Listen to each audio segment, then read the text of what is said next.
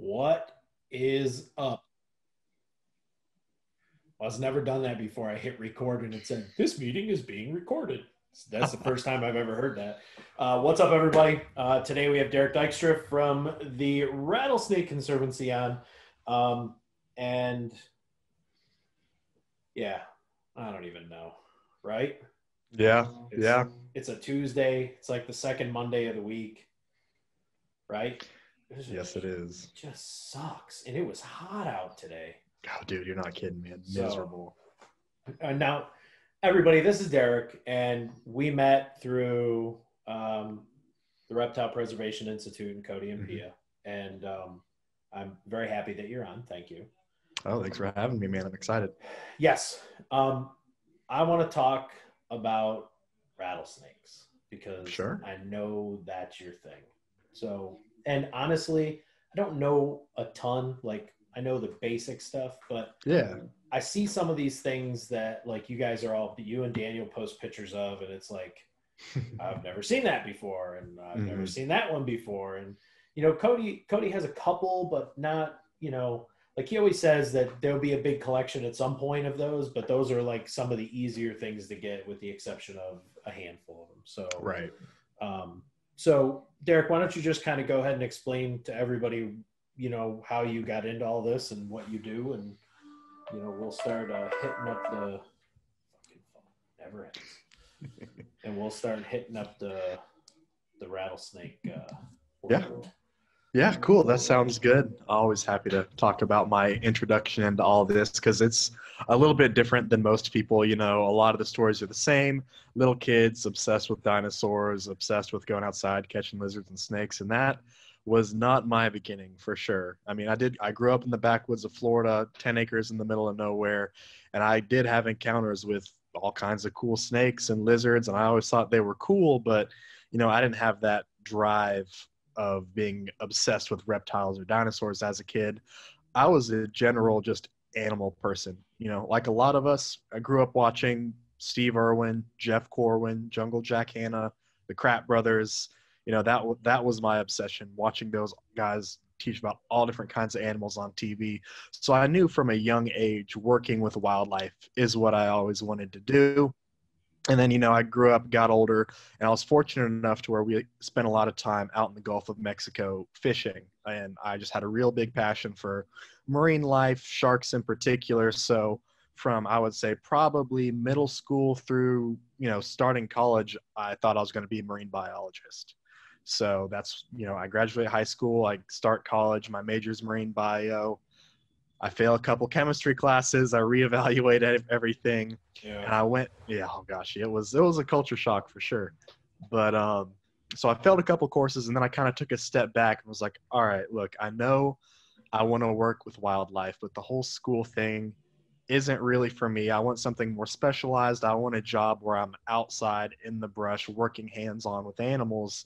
And I was lucky enough to go to Santa Fe College where they have a zoo program and an AZA accredited zoo right there on campus. So I applied to the zoo program. I got in, learned a little bit more about the program, and that basically it's a boot camp for how to be an AZA zookeeper, which was an awesome experience. But going into it, I still wasn't super sure what I wanted to specialize in or do. I thought maybe I could take the degree and go work in an aquarium somewhere still related to fish and marine life.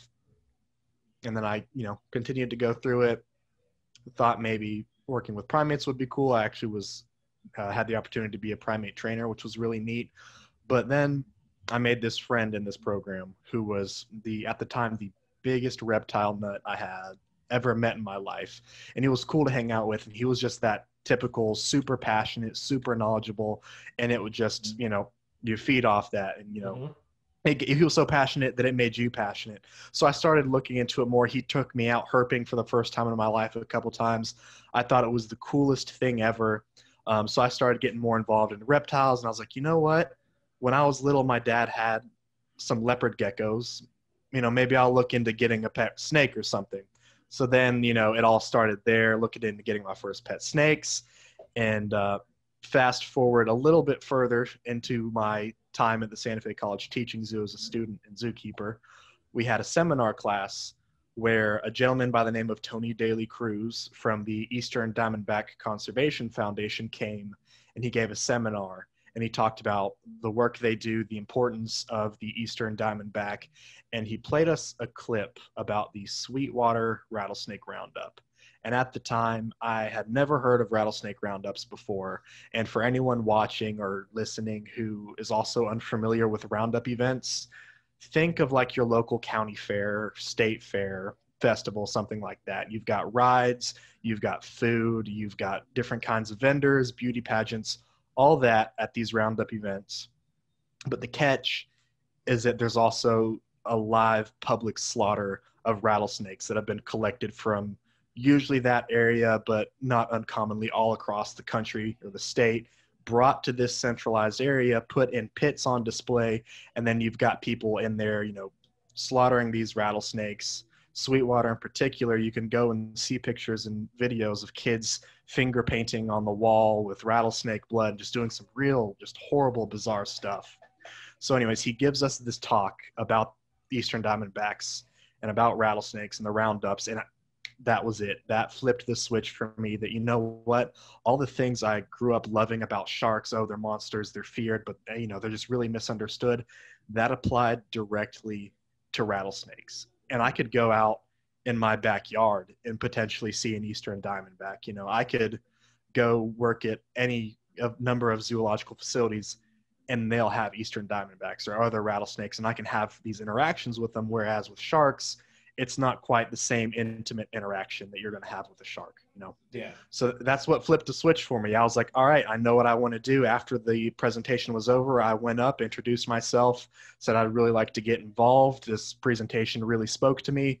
I got his business card and started volunteering pretty much right away. And that was actually my first step into the world of venomous keeping, because Tony was a licensed venomous keeper here in the state of Florida. And then, and that was 2017. So fast forward, I started volunteering with them. And then after I graduated college, I did an 8-month internship with them and another wonderful organization where I lived on site at a wildlife preserve. And then after my internship ended, I went back to being a volunteer, then on the education and outreach committee. And then they were able to hire me full time. So I am now the director of education and collections manager for the Rattlesnake Conservancy. I am now completely involved in the private sector of reptile keeping, both venomous and non-venomous. And I've got these awesome, you know, wonderful opportunity to work with Cody and Pia at the Reptile Preservation Institute and network with people like yourself and the wonderful crew out there. So it's been a really cool process, and it's, you know, it's fun to talk with other people who have been in this industry for a long time, because I'm really still just getting my feet wet in it, but I'm just in such a good place with amazing mentors, and it's been really cool.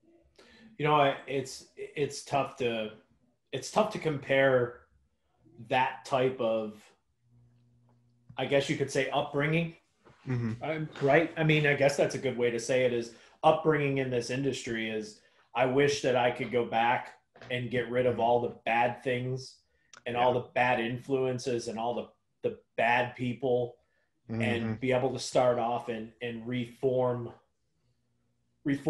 what I think. And I've done a lot of that at Cody and Pia's. I mean, I can go back to say that for the longest time, I wanted to breed reptiles and have a business selling babies and, you know, doing shows and all that stuff. And now, you know, I think there's a place for it, and I don't, you know, I don't down anybody for doing it. I think that that's what we need.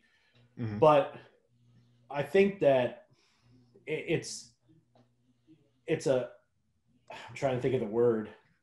It's an amazing experience to work with people who have been doing this for a long time. Yep, it is. Working with zoo people that do it privately is cool, you know? And sometimes you hear people that, like I interviewed Mark O'Shea, and he has no reptiles. Yeah.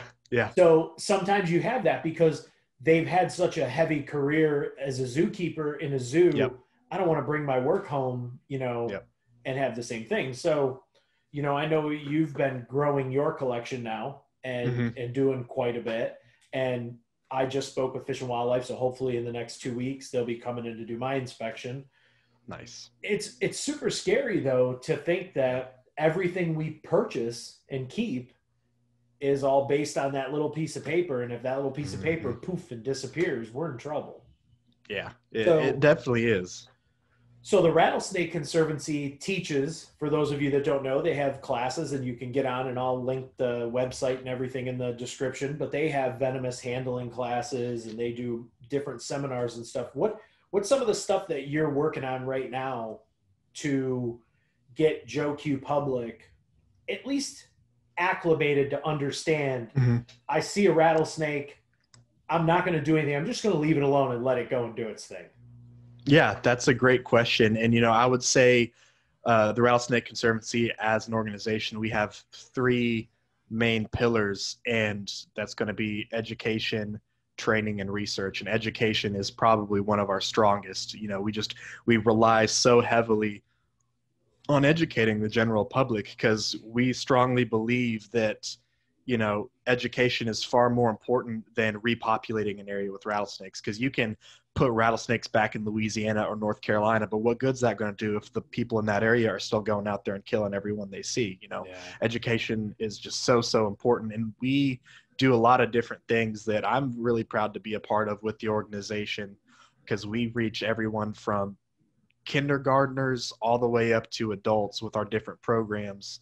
And just some of those offhand, we do after school programs called STEM stations, and we try to vary those up by age group. So like for really young kids, kindergarten, even pre-K, we'll do just like a nature themed storytelling, and then meet this snake or this tortoise, things like that. Just getting kids kind of involved in animals and wildlife and getting that kind of sparking that interest at a young age. And then we are doing summer camps now for the second year in a row, and that's great, or not grades, that's ages 8 to 13, which is when kids are really starting to mold and maybe start thinking about what they want to do with their life. And if we can convince even a couple of these kids to grow up and pursue a career in conservation, whether that's as a zookeeper or a biologist or someone in the private sector, fish and wildlife, there's so many different options. So if we can inspire these kids to pursue a passion and a career in conservation, then that's a win for the animals that we're passionate about and that we want to protect.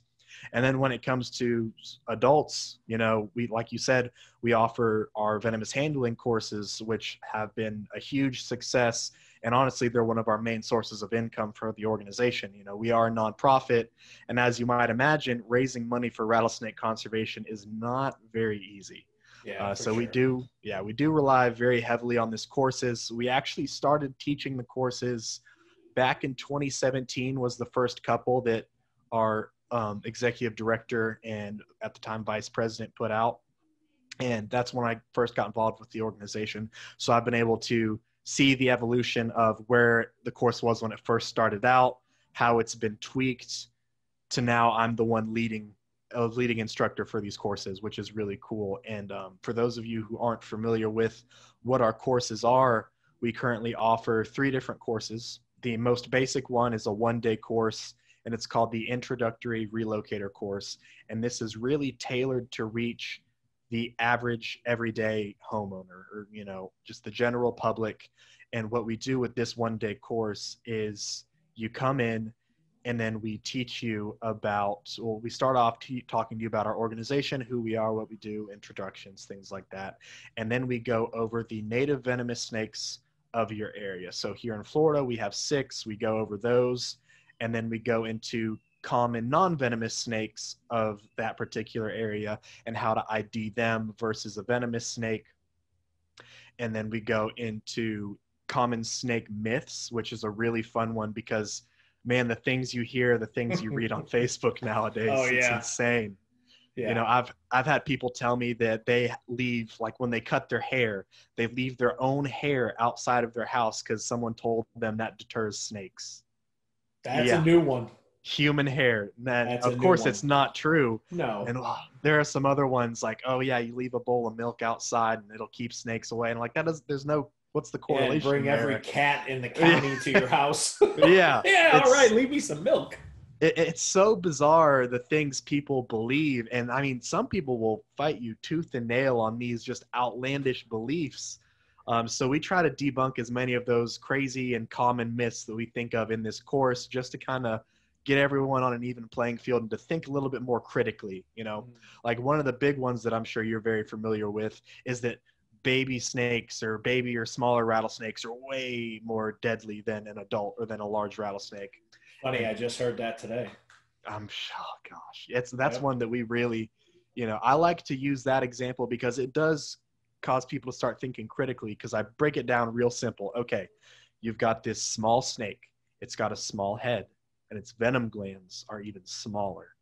Now compare this pygmy rattlesnake to the amount of venom an adult eastern diamondback is going to give you. That venom yield is so different that I would much rather get bit by a baby rattlesnake or a small rattlesnake than an adult. I'd rather not get bit at all, but if given, one of two choices, that's I heard the baby snakes. Did you know baby snakes can't control the amount of venom that they put out? And I was like, I thought to myself, do I want to debate this? Nah. I was like, yeah. We actually had someone message us through our website to let us know we need to update our website because I think either northern or southern Pacific rattlesnakes cannot control their venom. And I'm like, come on, man. You're going out of your way to tell us about this. Wow. But that's impressive. But yeah. That's somebody you should get on the board. Whew. Yeah. I like it. No, but that's just teasing. If you're watching this video right now, stop, relax. I'm just joking. No, and that's it. I mean, I hear, I talk to people at work and I tell them, hey, I'm big into snakes and I love venomous snakes. And they're like, you're crazy. That's the first thing. Always. And then it's, I had a rattlesnake in my backyard and I killed it. It's like, okay, well, all right, you have kids and animals. I get it. Yep. But I always lead it off with, how did you do it? Mm-hmm. Well, I chopped it in half with a shovel. Like, okay, 90% of bites happen when people are trying to kill the animal. And I always tell them, show me how you did it. Make that motion. Yeah. And every single time it's step forward and go down. And I said, okay, so now you just took a bite on the shin because you stepped towards that animal and then you chopped it in half. I just saying, you've probably been better off putting the kids and the animals in the house for the day and saying, hey, let's just go do something else. And by the time you come back, that animal's gone.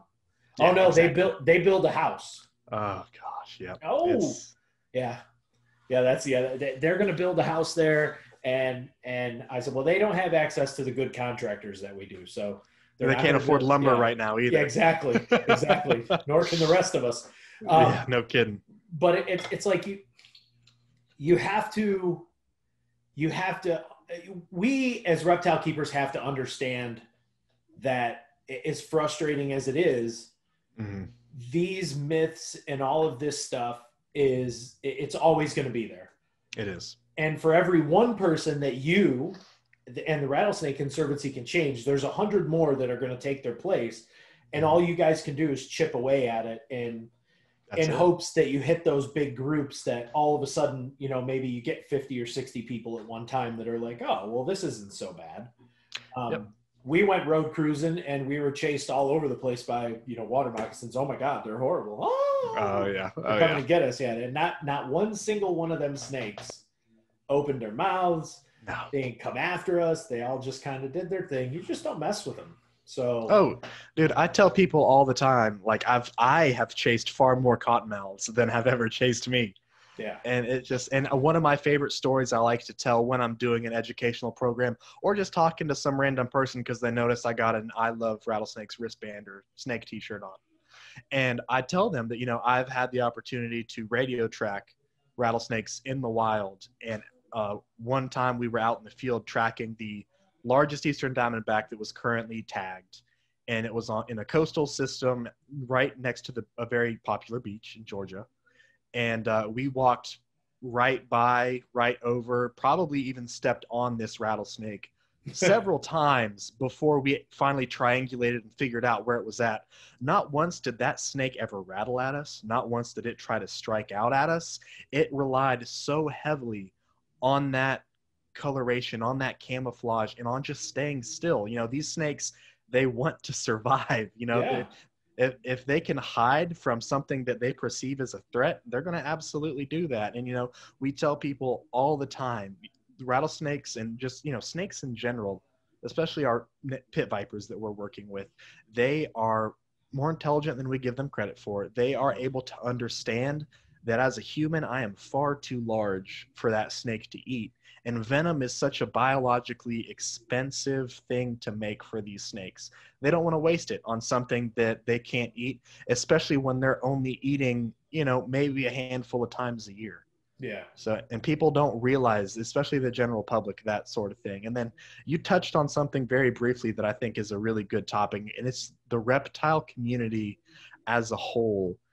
We need to take a step back and think about how we are approaching the general public when it comes to educating them about snakes. Because I'll be honest, I've left a lot of reptile groups on Facebook because I'm tired of seeing reptile people rip just the regular everyday general public apart for making a mistake on an ID or killing a snake because they didn't know any better. And we're doing ourselves as a community a horrible disservice. No one's going to want to listen to us now. They're going to think we're all the same. We're all just arrogant assholes. We're all just weirdos and freaks.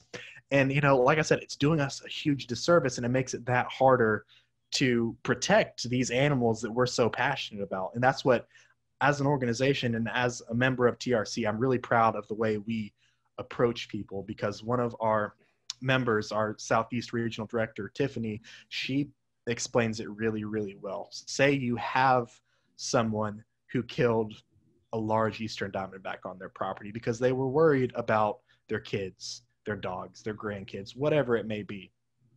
If you go and immediately attack them for killing that snake, they're going to shut down. They're not going to care about what you have to say because you're being aggressive. You're coming at them, telling them they were wrong. But you've also got to be careful to not, approach them as an educator, like, oh, I'm going to come teach you about this kind of stuff. You've got to put yourself in their shoes and empathize with them, So I do it all the time, especially now that I'm a father. Oh, you killed that snake because you were worried about your kids. Trust me, I get that. I have a little girl that just turned 1. I have a stepson that's about to be 6. They get into everything.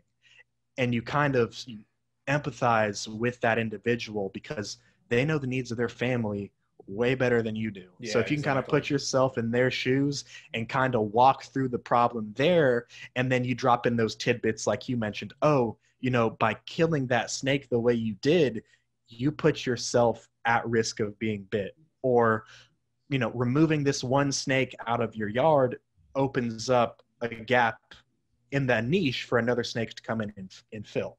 Yeah. There's all kinds of things like that. And there are so many great tools and ways to educate people that I think that we just, and it's hard for, someone who has a bunch of ball pythons and beardies to think about things on this bigger scale like that, because, there are people who just keep reptiles because they like keeping reptiles. And there are folks like yourself and myself and a lot of our circles that we run with that are, have that bigger picture of conservation and protecting wildlife and things like that. And I wish we could all kind of come together and be on that same page. Listen, to the bearded dragon keeper, we have a responsibility to everybody outside of our community.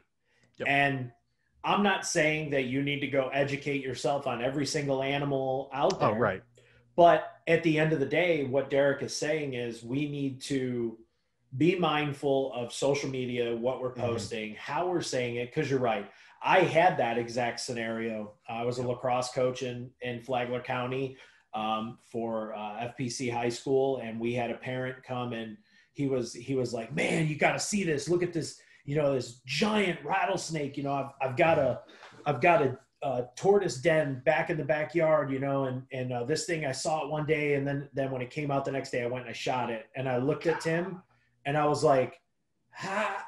And before I could even say anything, he was like, his eyes got real big. He was no. Why didn't I just call you? Oh. He's like, I feel so bad. He's like, it was 6 feet. And he was like, I feel so bad. I'm like, no, listen. He's got young kids. He's got animals. Yep. I told him, I get it. Yep. I was like, but I said, at the end of the day, if it's living in that hole, I was like, it's real easy. Give me a call. Yep. We'll come. We can remove it. I was like, but understand you can't bury the hole because the tortoise lives in there. So Oh yeah. just another snake is going to take up residence there. That's all. Like you said, they're Yeah, just absolutely. they're going to move in there. So, but at the end of the day, the obligation is not only to the Joe Q public, but it's also to the new keeper, and maybe the new keeper that's asking a question that to me or you might not be significant, you know, Right. but we can't just brush it off. And I find myself doing it, scrolling through and seeing a post, and I'm like, I'm going to say something. And it's like, you know what? I'm not going to say anything, because after I think about it, it's like, all right, you know, that person asked a question. Somebody already answered it. There's a whole bunch of people that have posted stupid stuff. It's like, you know, come on, you know, let's respect each other a little bit more. And with that portion, I'll lead into this. Here in the state of Florida, obviously we all know about legislation. South Carolina's going through it. The rumor mill spins. And I got a message the other day from somebody in the Carolinas telling me that they had a friend that works in fish and wildlife and has been there for 25 years and is part of the, I guess you'd call it, research committee that works on what invasive species are doing to the wild. And the comment that she made was, be prepared. They're drafting something to ban bearded dragons, ball pythons, sulcata tortoises, and a couple other small things. So guys, take this for what it's worth, but understand that YouTube, Facebook, Instagram, Snapchat, am I missing? Twitter. I have a Twitter. I don't. Yeah. I don't Twitter. As Anna would say, I don't Twitter. But as we post these things, these are just ways for Fish and Wildlife in any state to say, look at that. That animal could live there. We're just going to take it off and put it on a list, and you can't have it. So what is the Rattlesnake Conservancy's stance on, I guess I would say, maybe not stance, but your guidance? When somebody comes to you and says, hey, I put my hours in, I'm getting my permit, what's your opinion on how I should keep my animals? Do you ever get that question? Yeah, so I do have people approach me pretty frequently about venomous keeping here in the state of Florida and about how to go about it, how to get their foot in the door, all sorts of things. And I feel extremely fortunate to be that person that people feel like they can reach out to, because straight up, I would much rather someone who's wanting to get involved in venomous reach out to someone like myself, someone like Cody, yourself, anyone that's mentored under a true professional, than maybe someone they've seen on YouTube. You know what I mean? Yeah, exactly. So I definitely get those questions pretty regularly, which is awesome. And I love it, because now we have the opportunity to set someone on the right path. We can't control what they do after you give your opinion and your advice, but maybe that person is going to grow into a very professional venomous keeper. So I will start off by saying, as an organization, the Rattlesnake Conservancy is not an organization that we have a neutral stance. We're not neither for nor against private keeping. A lot of what we do, you know, we're not out here advocating for private keeping. However, we understand that we are a private entity. We're not AZA accredited. These regulations will affect us just as much as someone down the road with mambas in their mobile home, you know. So we are very cognizant of it. And when people approach me about how to get involved in the right things to do, I have a list of resources that I hand out, or I text out, or I message them on Facebook.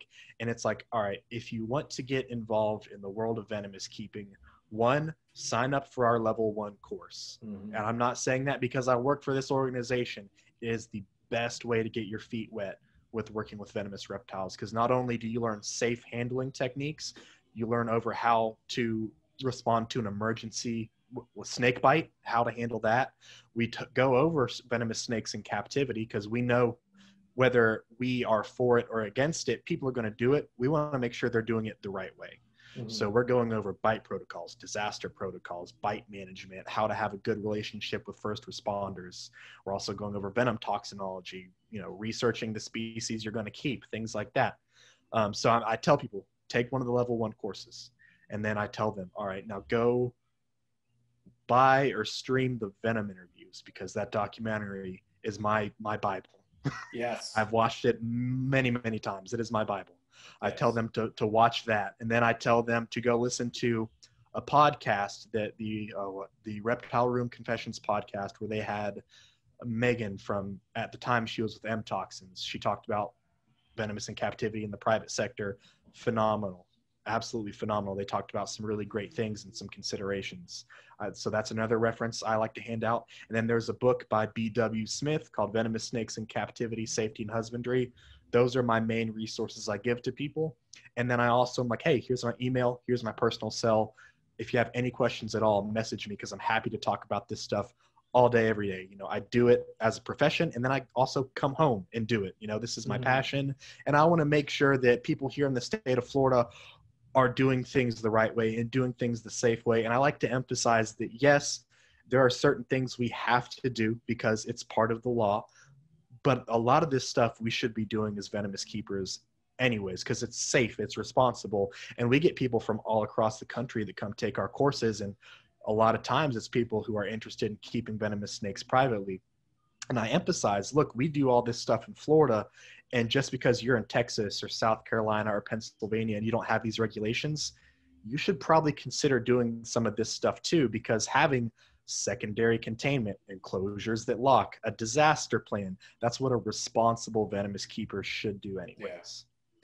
Yeah, and you guys, we touch on, you guys all know me, you've heard the rap, so I'm not even gonna, it doesn't even matter, but we touch on things like professional keeping, being professional, but also why. Why are you interested in keeping venomous reptiles? So I've had people ask me, why do I do it? I do it because I love the animals. I think they're interesting to watch. I think they lend a whole new level of keeping and husbandry in the reptile realm. And I'm not doing it because I want to flex my muscles or, you know, chest bump somebody or whatever. I do it because I love it. I do it because we've been keeping reptiles as a family since my kids were, I think Andrew was a year or two old. So he's 21 now. So I'm really old. That sucks.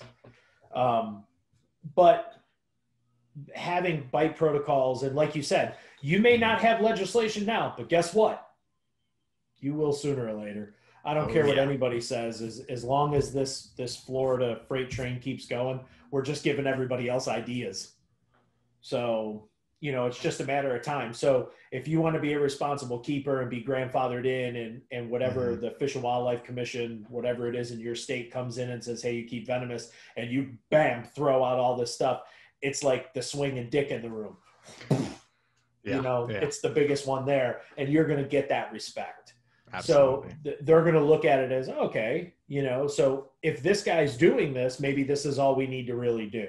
You know, it makes sense. So, you know, we talk as a group, and you know, we always talk about, you know, what other people do and how it can affect us, and you know, bites and free handling, and what is the Rattlesnake Conservancy's, I guess you want to call it like a plan, as far as teaching individuals about, obviously, what free handling really is. Because listen, I get beat up a lot. People will come at me and tell me, oh, you know, you're way off base, you know, blah, blah, blah. There's always, yes, there is a time and a place that sometimes requires you to go hands-on. But there's also a line you cross where it goes from being necessary to suicidal, is what I'm going to call it. So what is the Rattlesnake Conservancy's plan based around, okay, if this happens, stuck shed, something bad happened, you have to get hands-on. what is your protocol for like somebody else, somebody like me? Great question. So the way we as an organization handle something like that, and we try our best to avoid or not get too involved in the topic of free handling, because it just leads to a lot of drama and whatever, and we don't have time for that. Yeah, good point. Exactly. So anyways, what we do is, like, I'll use our classes as another example because we go over handling techniques. We give our definition of free handling, and then we continue to say that there's absolutely no reason for it, and you should never do it if you're a responsible keeper. Now, in the situations like you mentioned, for example, we've got stuck eye caps, stuck shed around the mouth, things like that. Once again, as an organization, we pride ourselves on setting the industry standard for safety with our handling techniques and what we're teaching people, and we practice what we preach. You know, we talk the talk, we walk the walk. You're not going to see any of our staff, you know, out here tailing rattlesnakes on a hook. You know, we're not going to be free handling anything. So the way we go about it is we use our equipment. There are companies that make safety equipment for a reason. We're going to use it. So if we need to remove a stuck eye cap, we're going to use hooks. We're going to use tubes to restrain the animal. If we need to use foam blocks to pin a head down, we will absolutely do that. But at no point will you see anyone from our organization pinning a snake or grabbing it behind the head, because we very strongly feel that the only people who need to do that are people who are harvesting venom for research, for making anti-venom, things like that. Yeah. Now, that being said, we're the Rattlesnake Conservancy. We work with rattlesnakes, North American pit vipers. We're not teaching people how to work with mambas and cobras.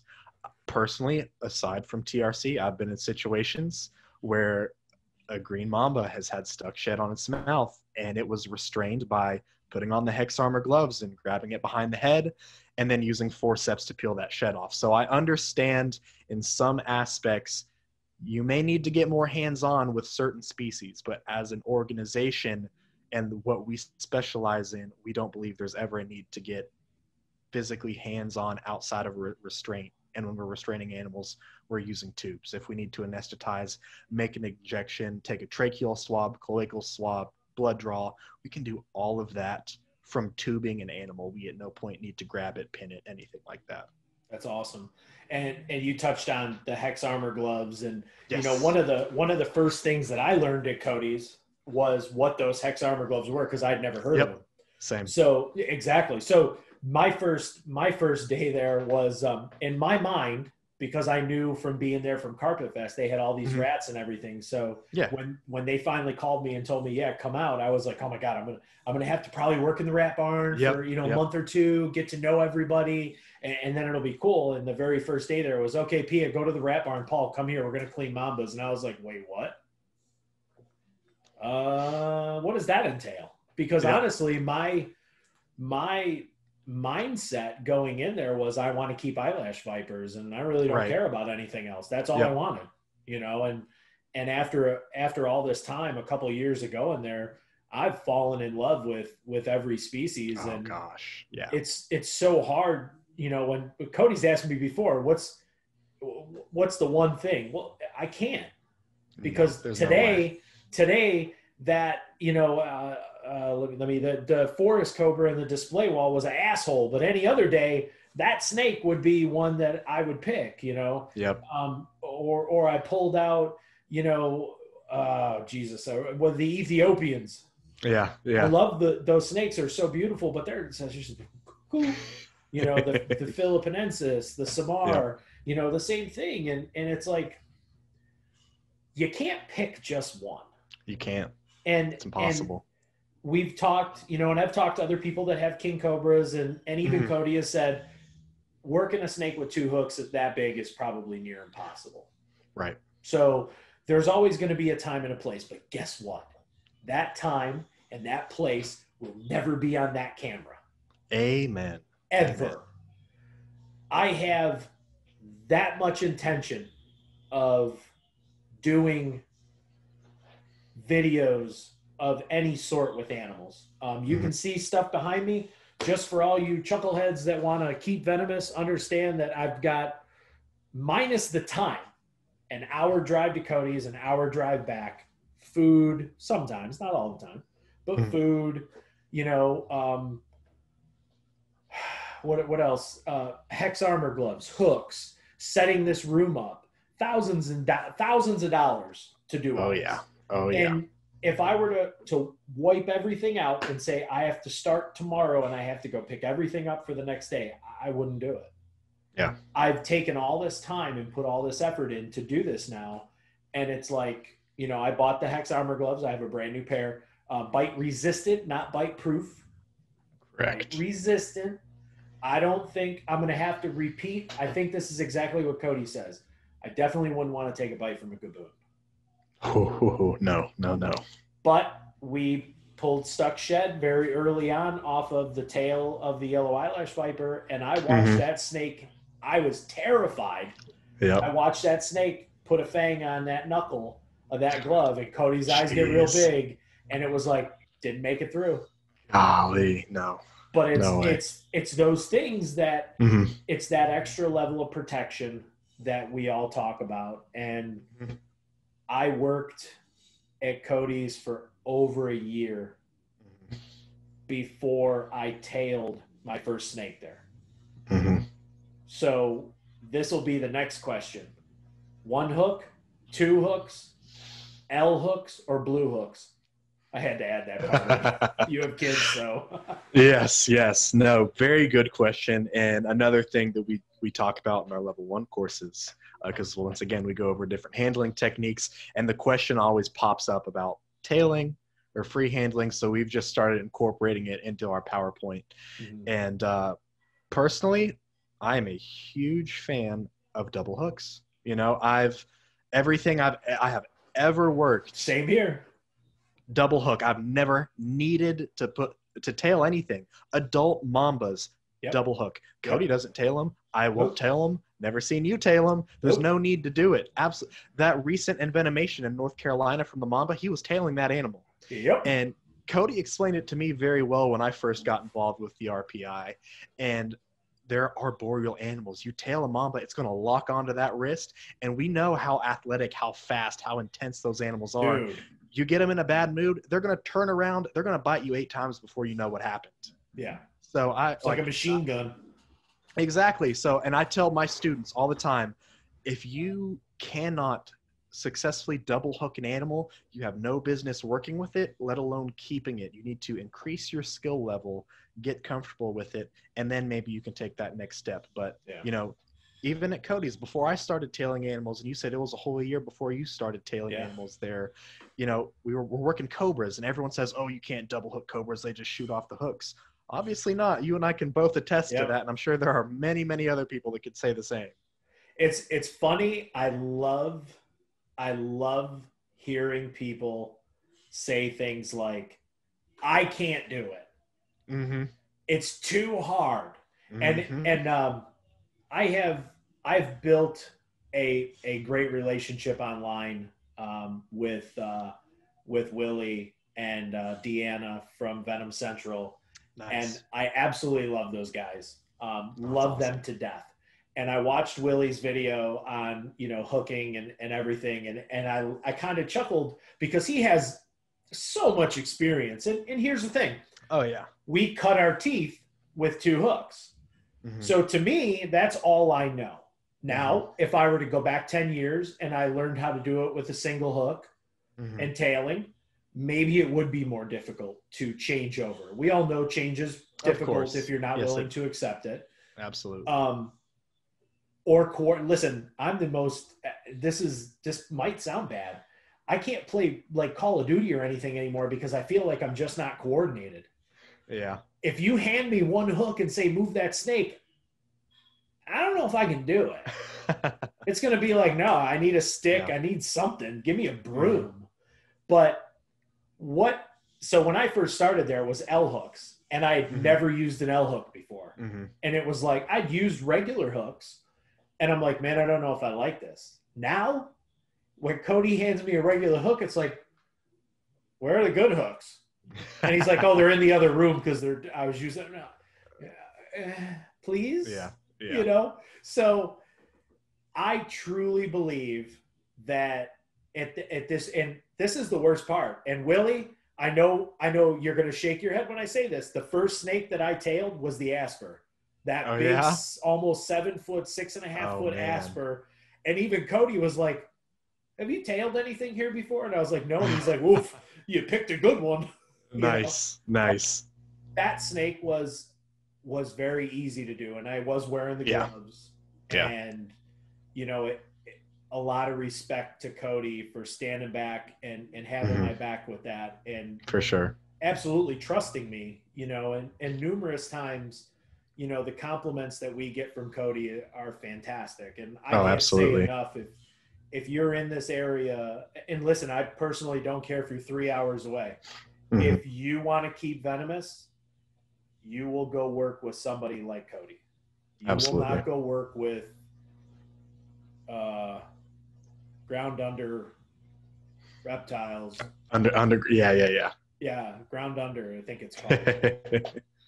yeah. And Something like that. yeah, people that are just careless. And to Hmm. me, the best way to learn is the way that's going to keep you the safest. Absolutely. So L hook or regular hook, standard hook. Both. I'll tell You you use right both. now. I do both. I like to keep myself sharp. I currently don't have any L hooks here Okay. at the house. We don't teach people with L hooks, but obviously when I started going to Cody's, I learned how to use them. I absolutely love L hooks, Yeah. but and I'm definitely going to get myself some as I grow my collection and have Mhm. snakes at various sizes. But I'm very comfortable with both. I will say when it comes to my standard hooks, I'm very particular about how I like them. Mhm. And I will say there is a certain company whose owner, founder, I don't agree with his personal beliefs a lot of the time, but he makes probably the best hooks in the country. And those are the hooks that I tend to gravitate towards. Mhm. And so I really like those as opposed to, you know, a couple other companies. So I'm particular about my standard hooks. I like them a certain way. But you can hand me any hook and I would be absolutely comfortable working a snake with it, whether it be one hook or two hooks. Yeah. I'm a firm believer that, you know, it's hard to give an exact description of, okay, a snake this size needs to be double hooked, a snake this size is fine with one hook. But I will say when we teach people, we go over both methods. We get their feet wet, break the ice. A smaller snake, you know, a young diamondback, a pygmy, copperhead. We teach them how to get comfortable using one hook to manipulate an animal. Mhm. And then after they've done that, we break out the big boy, adult canebrake, adult eastern diamondback, teach them how to double hook. Because we want people, if you're going to be involved, whether you're keeping snakes privately, you want to go work at a zoo or a reptile facility, or you just want to be the guy in your neighborhood that relocates snakes, you need to be versatile with a bunch of different skills that are the safest way possible for you and that animal. So we want people to be comfortable single hooking and double hooking. And we teach two FWC regulations when you go to relocate an animal. We're teaching people how to pillowcase, bag up an animal, get it in a contained bucket. And in order to do that, the method we teach, if you're bagging an animal by yourself, no matter the size, you're going to have to lift that animal up with one hook. Yeah. And to continue off of that, I will say a lot of the L hooks that we use at Cody's, it was a big adjustment for me because, you know, when we're working adult mambas, we use the long, like 52-inch hook, Yeah. The whatever it 52 is. inches. Yeah. Yeah. I'm used to with everything else, like, you know, working it's like some of the Naya and stuff, you know, we're using a shorter hook, which is totally fine if you're comfortable and you're skilled and you have the experience. But I'm very, very used to having usually longer hooks to brace underneath my forearm. So I've been Mhm. working cobras at the RPI where a lot of that I was grabbing the handle of the hook, Mhm. and a lot of that pressure and weight's on your wrists, and it's very uncomfortable. So when it comes to using hooks, I like them to be a bit longer if I'm working an adult animal or a larger species. Now, Mhm. with the stuff I have, you know, smaller rattlesnakes, arboreal vipers, you know, I'm okay with a shorter hook because Mhm. I'm not putting a lot of weight and pressure and stress on my wrists. But those are just my hook preferences. Yeah. And I'm L hook guy. Mm-hmm. I purchased Stoney's. Um, I think it's the Bushmaster, the Okay, gray. yeah. It's got the gray shaft. Yep. It's a little larger at the head of it. And I also have, I think it's a 36 or 38-inch, just Mm-hmm. like Cody's. I tried to get the same one as Nice. Cody's because I was so used to using them. I wanted to have the Yeah. same stuff, but it just he didn't have the one size that I wanted anymore. I So, gotcha. you know, I picked up the other ones, and then I've made some of my own that I kind of, Nice. I know a lot of times we'll talk about, you know, maybe some things you shouldn't do, but I'll be honest with you, if I could make a hook the way that I want it and the way that it's comfortable for me, I like that. I do need to get a couple of standard hooks just so that I have them. Right. But I have to find the ones that I really like. Like you Yeah. said, I can't. It's hard for me to. I've got a whole box of hooks out in the garage, and it's like Yeah. I bought this, I bought that, and I just throw them in the box if I need it in a pinch. You know, because I mean, right now I've just got some larger boas. If I need it in a pinch to stuff a hook in somebody's mouth, Yeah. you know, because they're being, you know, obnoxious, then Yeah. you know, then that's what we do. And no, I don't stuff the hook in the snake's fucking mouth. Don't be dumb. You know what I mean? I have a Doomerals boa that's probably 15 years old, and she's got the worst feed response. Dude, that snake is. I dread I'm not feeding her. surprised. I dread feeding her. She's missed the rat and grabbed herself and rolled out of the cage. Yeah, she's crazy. I'm not surprised, man. Yeah, once she's out though, she's a big giant puppy dog. Nice. But again, I you know, tap him on the head. I don't stick it. Of course. Don't take it. Don't. I know people. Oh gosh, yeah. You got to be careful now. Yeah, you can't say anything. Cannot. Good Lord, everybody gets so offended. Oh yeah. So let's touch base real quick. Not a sponsor. I don't have any. But USARK, everybody join. They're gonna need your help. Absolutely. Don't be foolish. Let's, you know, get together and join. It's worth it. $40, 1 year, free T-shirt. You pay $25 for a T-shirt. You're paying $15 for a membership. Come on. Yep. Give me a break. Yep. Don't be dumb. I hate saying that, but it's the truth. I know it, man. Yeah, honestly, it is. I mean, you could be like me. I do the 5-month bronze membership or $5 a month bronze membership. So every month it automatically comes out of my account, and that's what, one less Starbucks coffee a month, which I'm a huge coffee lover, but I can sacrifice that one cup. $5. It's like $10 for a cup of coffee at Starbucks. No, I know you ain't kidding, man. Gross. I'm on this whole new cold coffee kick. Oh yeah? Yeah, I bought that. Listen, if you guys go on Amazon, there's a coffee grinder. It's silver. It's got a little handle.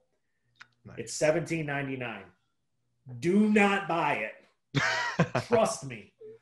Double that, buy the electric one, and be happier. Because nice.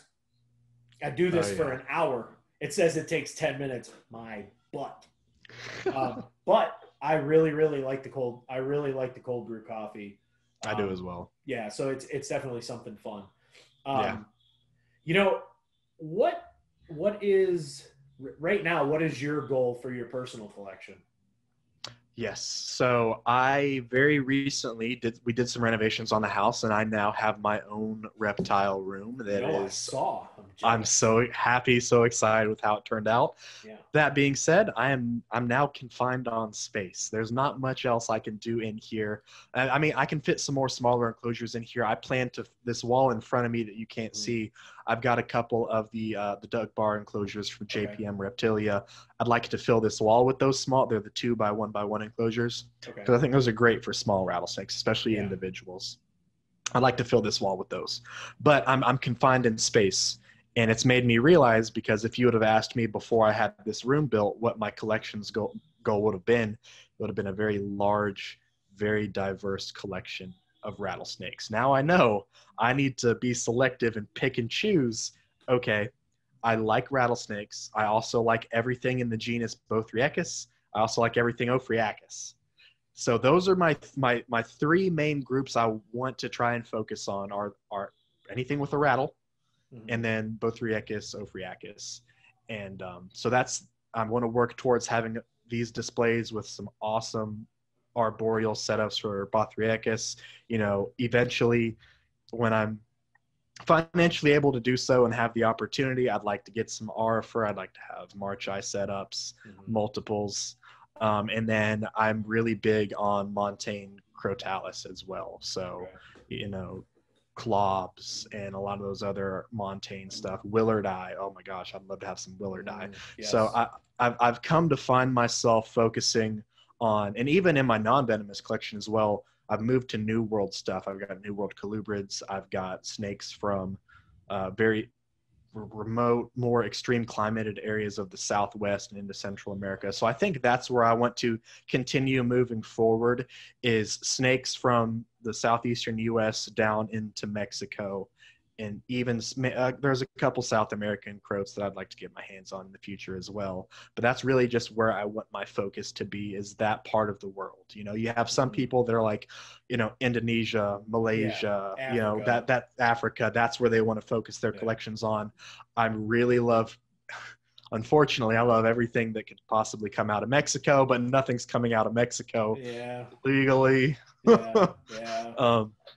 So I'm just gonna work my damnedest. You know, I'm 24 years old. I, you know, knock on wood, hopefully I've got plenty of time to continue to grow and build and have a really solid collection. And you know, I'll tell you right now. We talked about it a little bit earlier. You talked about how you don't really want to film animals, and that's not what you want to be known for.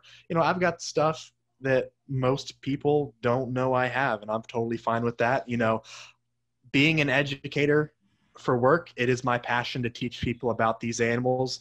Maybe down the line, I might start something up to do just that, teach people about the animals. But I don't want to start doing something like that until I feel like I have the experience and the knowledge that I should be sharing, you know, what I'm doing, how I'm doing it. Because I would like to really hone in to keeping animals that thrive in a colder montane climate before I go out there and be like, hey, look at all this cool stuff I have. This is how I'm keeping it successfully. Because the last thing I want to do is spend money on all these, you know, rarer montane animals, show them off all over the internet, and then 3, 4, 6 months later, oh, you know, how's that RFR doing? Oh, all my RFR died because I wasn't keeping them properly. I probably should have had more experience. Yeah. So for sure.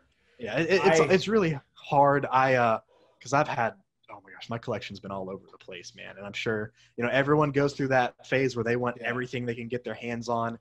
And I'm so rushed and still so early into this hobby that I'm just coming out of that phase to where I've had things from Indo, I've had things from Africa, all in one space. And it doesn't work, man. So I did the same thing. We just moved. We have a 5-bedroom house now, so I have a room to myself, which is what we're in now. Yeah. But because of the YouTube and these interviews, I took this space here right in front of me is a desk and extra monitor and all this stuff in my gargoyle gecko from Crocfest. Yeah. So, but what I did is I said, hey, you know, I've got a 24 by 18 by 36 inch cage that I built with all the foam rock. I've got 2 more shelves of 12 by 12 by 12s, 12 by 12 by 15 exos. I've got 6 of those. And then I've got the tough tote. You can see these ones right here. I've got 8 of those cages in here, but 4 of them have boas. And this one right up here at the top has a southern pine snake. Nice. So, and then right behind me, the 2 36 by 18 by 18 paludariums. There's a pair of redfoot tortoises underneath. There's a Euromastic, and then there's a carpet python right there. And the only reason there's a carpet python in that cage right there is because the top is a little bit messed up. And you know what? I'd rather put the carpet in there. So yeah, for sure. But it's the same thing. And you know, I mean, I was talking to Cody yesterday, and I got to look for the name of it because I have one coming on June 20th. It is the Montevipera wagneri. Ooh. Yes, I have one of those coming from Germany. So nice. Yeah, so he's going to hold that for me until my permit is in. I also have a Western Green that I'm getting from him, subadult, and I think 3 or 4 foot Gaboon Viper. So very nice. Yes, I wanted a Gaboon Viper. Actually, I would like to have a pair because I would like to produce them to send babies to the Venom lines. I'm not doing this to make any money. I could honestly give a rat's ass. Yeah. I have a full-time career. This, to me, we have that discussion at Cody's all the time, industry versus hobby. This is this is an industry, but I am on the hobby side of it now. I am no longer wanting to be on the industry side. So there are a few species that I would like to work with.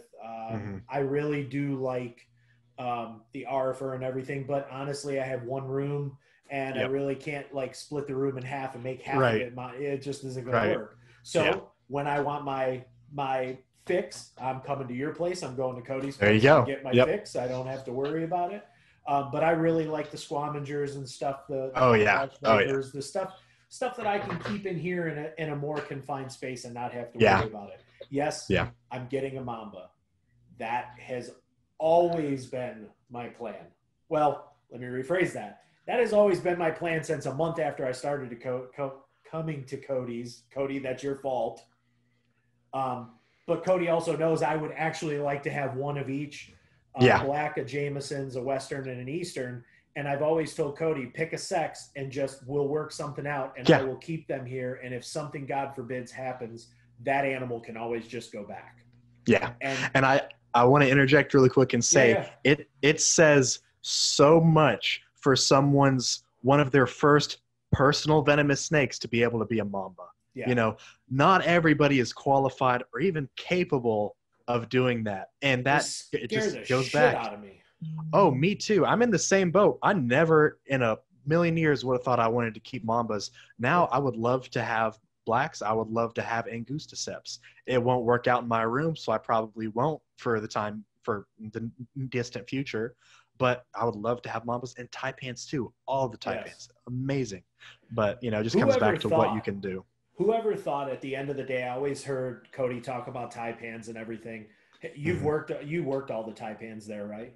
Mm-hmm. Who would have ever thought that, you know, you hear so many bad things about these, and with the exception of the inland getting a little huffy at times, they're easy to me. And even Cody's watched me and complimented me on handling. And, you know, I know that, you know, I've had these conversations with Cody about Mambas before, and it's a no joke animal. It's not something that you take lightly. If you can see right there, that is a shift box. And for those of you watching and interested, you will get to see some pretty cool 3D printed stuff that I've been working with a designer and actually designed 3D printed shift boxes. So that shift box right now, the way it sits, kind of sucks because the door slides in and out. It's not secure. So Sunday afternoon, I sat down with a paper, pencil, and some cardboard and started monkeying around. And I've developed a latch that's being designed right now. Okay. That if the latch is unlocked, you can pull out the plexiglass as long as you pull the pin, because it'll have a pin in it. So you have to pull the pin to get the plexiglass out. But you can also open the side door. When you turn that latch, it'll lock the side door and the plexiglass at the same time if the animal's in there, so it will not open.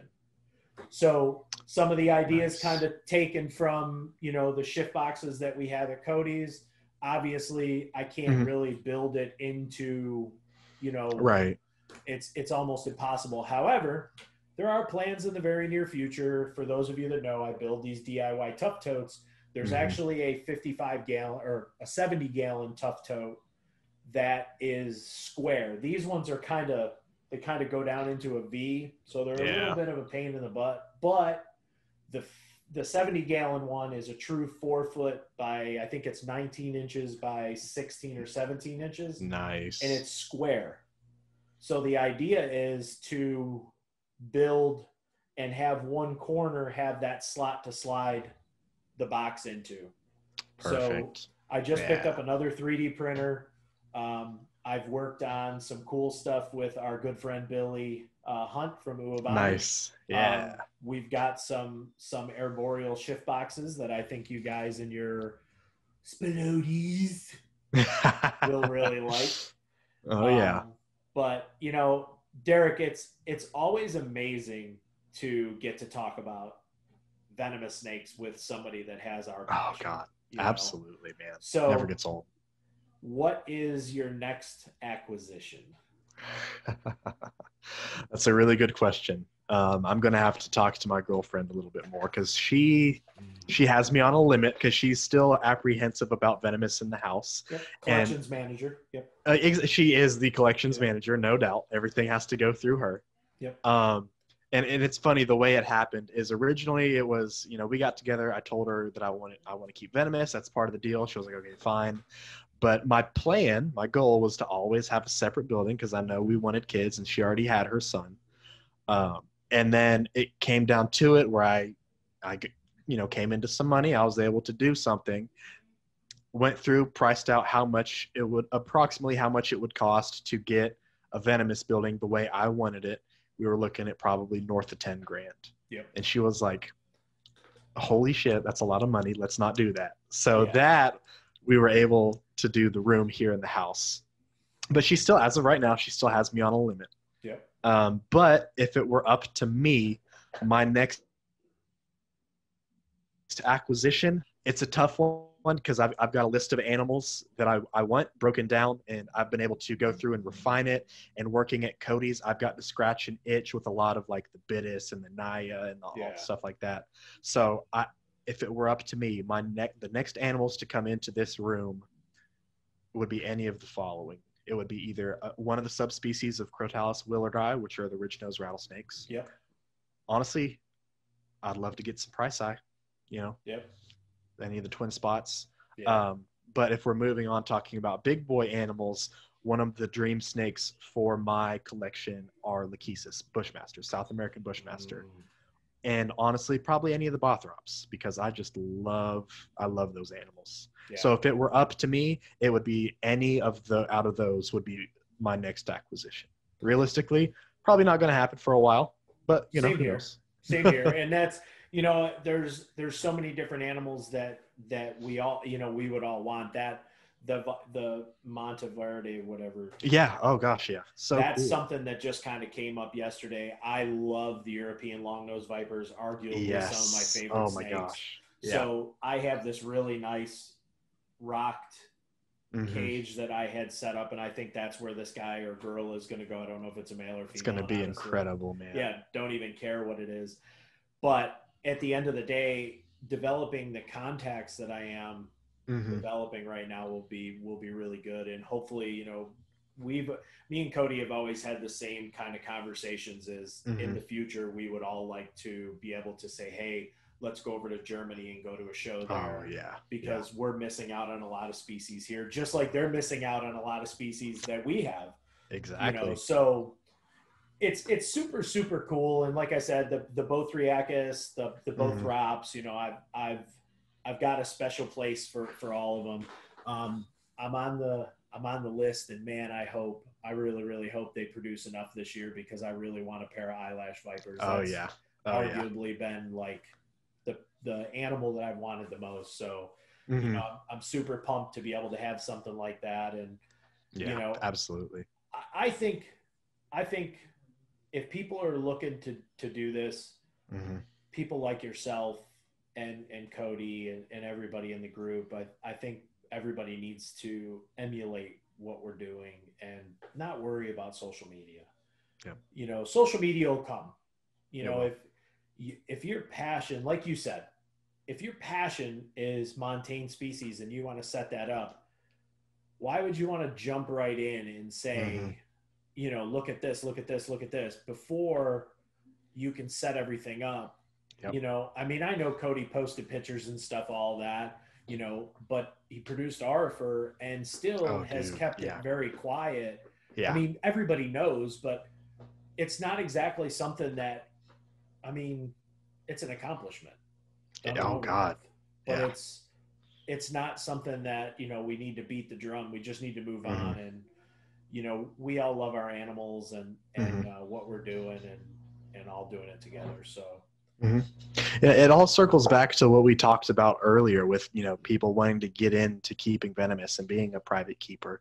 And there are considerations that need to be made if you want to jump into this industry. And the first thing you need to ask yourself is why? Why do I want to keep venomous reptiles? Why do I want to work with venomous reptiles? I've had this conversation time and time again. There are good reasons. There are bad reasons. And if you want to get into venomous because you want to up your followers on social media, because you want to try and make money off of YouTube, you're getting into it for the wrong reasons. All the wrong reasons, man. I'm telling you. Get a ball python. But yeah, get a ball python. But it's just, you know, there, like I said, there are right and there are wrong reasons, and that's not a good reason, man. And I'm going to be honest, it really does frustrate me sometimes because, you know, Cody's a great friend, great mentor to both of us. We love him like family, him and Pia both, and the accomplishments and the things he has done, the animals he's produced. And I get on social media and I feel like he doesn't get the recognition or the respect he deserves. And I know he couldn't care less. He does not care. Whatever. He doesn't care. And I'm like, no, respect the name. Yeah. And listen, I'm gonna touch on this because this is how do you disclaim this? These are my views. They're my views. Me, not him, me. I posted the post on Facebook today about Gatorland, and I tagged Gatorland in it. So I'm not hiding. It's not a hidden post. It's not. I tagged them in it. I feel very strongly about what they did. Go to my Facebook, read the post. I'm not going to paraphrase it. I'm not going to. That's all I'm going to say. I followed that up with another picture. Read the post. Yes. Don't look at the picture's funny. It's meant to be funny. The post is serious. Absolutely. This is a very serious time for reptile keepers. This isn't a joke anymore. We need everybody to be on point. And we can't have the stupidity out there. You want to keep venomous reptiles? Get your IND. I was I don't know if you saw it, arguing back and forth with somebody about how the FDA doesn't want to, you know, they don't have time to deal with that. Right there. I deal with the FDA every day, guys. I work in the pharmaceutical division, in the pharmaceutical field. We deal with the FDA all the time. They do want us to have these permits. Is it going to take time? 100%. Absolutely. Nobody ever said that a government agency was going to go fast. Good God. But they do want us to have that permit so that we can import the antivenom. And there are many, many steps to doing it. If you're smart and you develop friendships with people and you're loyal and you are above the line and you are doing this correctly, you can easily get your IND, get together with a large group, order your own antivenom, and be a serious venomous keeper. I look at this as one of the most important things that I need to do. And listen, we love Cody to death, but Cody lives in Cody time, and he's probably going to get mad when he sees that. Yes. And when he hears me say that, he lives in Cody time. Cody has an 8 or 9 day work week that is like 36 to 50 hours a day. I don't know where it comes from. I don't know what Mayan clock he used. Some Guatemalan clock that he found when he was down there. But God bless him for the amount of work that he does. Oh God, yeah. He's got his IND in, and as soon as his is all done, we're going to sit down as a group to do ours together so that this way we can all be protected. We can all protect one another. Because I damn well know that if, God forbid, something happened, Cody would jump. It would not matter what he was doing. He would jump in his car and drive to where he had to drive to 1,000,000 miles an hour with his hair on fire, even though he has nice hair. Fire. He would. And Pia, the same thing. So, but to your point, Crocfest, celebrities, come on. God, I'm so disappointed. So disappointed. It's disappointing to label it celebrities, and it's disappointing to know that since I've known Cody and Pia, I've gone to all the Croc Fests with them, except for one. I didn't go down to the Miami one. I forget. I think I was working. Yeah. But all the other Croc Fests that there has been, we've gone, and they've always been a big part. And today you brought up, we were having that conversation through our group chat, and he does deserve those accolades. He does deserve a little bit more respect than he's getting. And some of these other toolboxes that are going to be up there speaking shouldn't be up there. They don't Agreed. have the experience. And let's call a spade a spade. The videos are on. The videos are here. They're there for you to see. Go watch Chandler catching a Cuban crocodile and almost get his face bit off. That's the guy you want to bring up as a celebrity to go up there and talk about crocodiles and capturing and everything else, I don't know if that's the right guy. Yeah. You know, it's like asking Pee Wee Herman to come up there. Exactly. You know, so, you know, again, these are my views, guys. They're not, you know, Derek, I'm sure Derek can talk about his own stuff at another time or later date. But at the end of the day, we have children, right? You have kids. I have kids. Absolutely. My kids have always looked up to sports figures, and we're a big sports related family. And sometimes I sit back and I look at the professional sports people and I'm like, good God, I don't want my kids to look up to that guy. Yeah. You know, and I've said it before. I wouldn't let Tyler Nolan or Chandler or any of those guys teach one of my kids how to ride a bike. No. So no, absolutely not. You know, again, at the end of the day, we have to cross the bridge and become better keepers, right? And places like the Rattlesnake Conservancy are doing that every single day. So, guys, just be on the lookout, you know, police the groups that you run with. We run with a group of people. We all talk shit to each other. We poke at each other. Yes, I post crazy memes. Okay. It's mostly me, but at the end of the day, we all have each other's backs. Absolutely. No doubt at all. But all right. Well, Derek, why don't you tell everybody how to find you? Not that I won't put it in the description. It will be. Tell everybody how to find you. Of course. My social media platform of choice is Instagram. So if you want to follow my personal account with all my personal accolades, stuff I'm doing with the Rattlesnake Conservancy, you can find me at Crotalis_cowboy. Or if you're more interested in my collection, the animals that I keep personally, and the growth of my venomous room, you can follow me on Instagram at Apex_Arboreals. And then I'm, of course, going to put the plug for the Rattlesnake Conservancy. We're on Facebook and then on Instagram as well at _Rattlesnake_Conservancy. We're also on TikTok now at Save the Buzztails. Yes, we are on TikTok. So give us some follows there. We're fairly new to that. And once our facility is open, ready, we've got animals there. I plan on upping the content because I love being a social media content creator for our organization, even though we're not the same scale as some of the individuals that we have we've touched on. Yeah. She's great. But so Instagram for sure at either one of those accounts. Please follow the Rattlesnake Conservancy, subscribe to our emails, stay up to date, come to our courses, come to an event that we're going to be at. Feel free to reach out and talk to me about anything rattlesnake related, venomous keeping, things like that. And then on Facebook, I'm just Derek Dykstra. Feel free to shoot me a message, friend request, things like that. So that's me. Buzztails. Save those buzztails. Yep. I love it. Well, everybody, we're out. We love you. Derek, hold on. Yes, sir.